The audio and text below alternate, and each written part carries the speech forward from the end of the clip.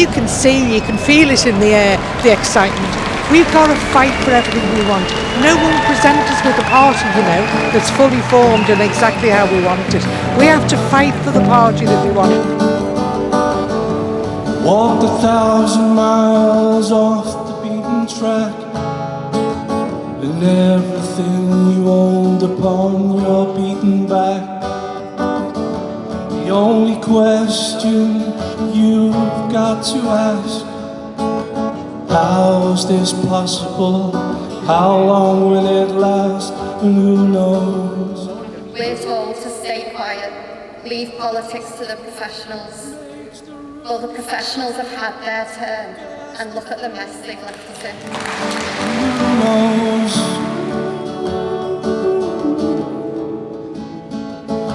Beyond politics and legal framework lies the human dimension, the ordinary that lives that bears the weight of extraordinary injustice. The farmer who wakes up to find his olive trees have been uprooted.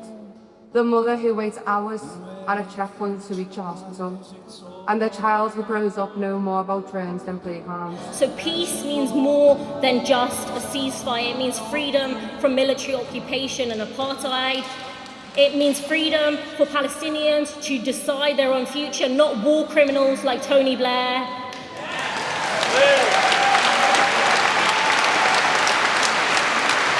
Today, the people of Gaza are hoping, desperately hoping, and I've just had messages from people there, desperately hoping that there's going to be some kind of ceasefire, and at least that will mean the killing will temporarily stop.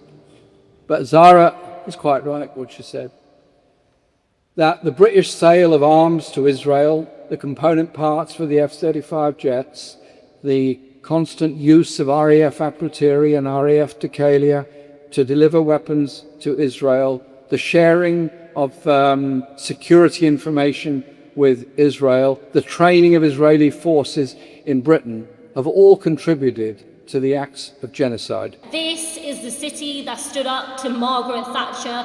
This is the city...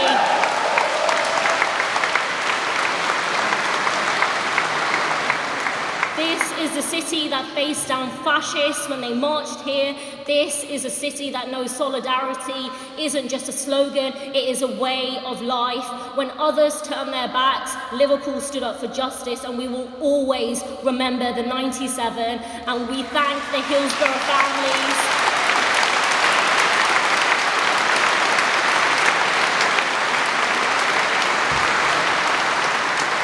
We thank the Hillsborough families for their campaign for truth and justice. We salute your courage, and we will always stand with you. Liverpool is a city that is, we're socialists in this city. I'm not saying everybody is, but the sweep of our city is for working class representation. We've always got this history. And today we're so pleased to have the leading lights of the movement for your party, for this new party. We're told that there's no money for housing, there's no money for free school meals, there's no money for the NHS. Yet, somehow, there's always money for war, always money for corporate bailouts, and always money to give tax breaks to the super rich. Why is that? Why is there always money for war and never for the poor? You listen to those speeches for everybody on the stage. Absolutely brilliant, absolutely committed to change.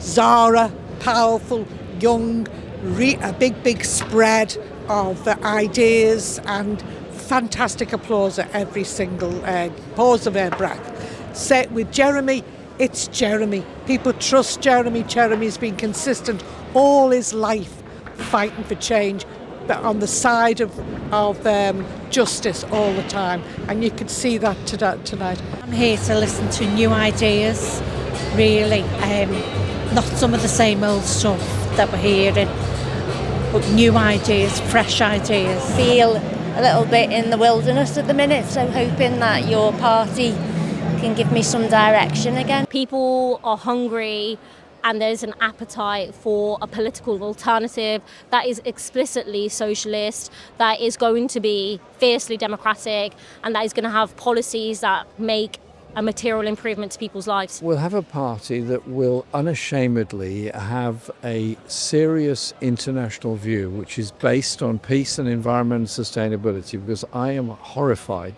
of the rush to war, the expenditure on armaments and the damage that's doing to the social infrastructure, not just of this country, but every other European country and in North America.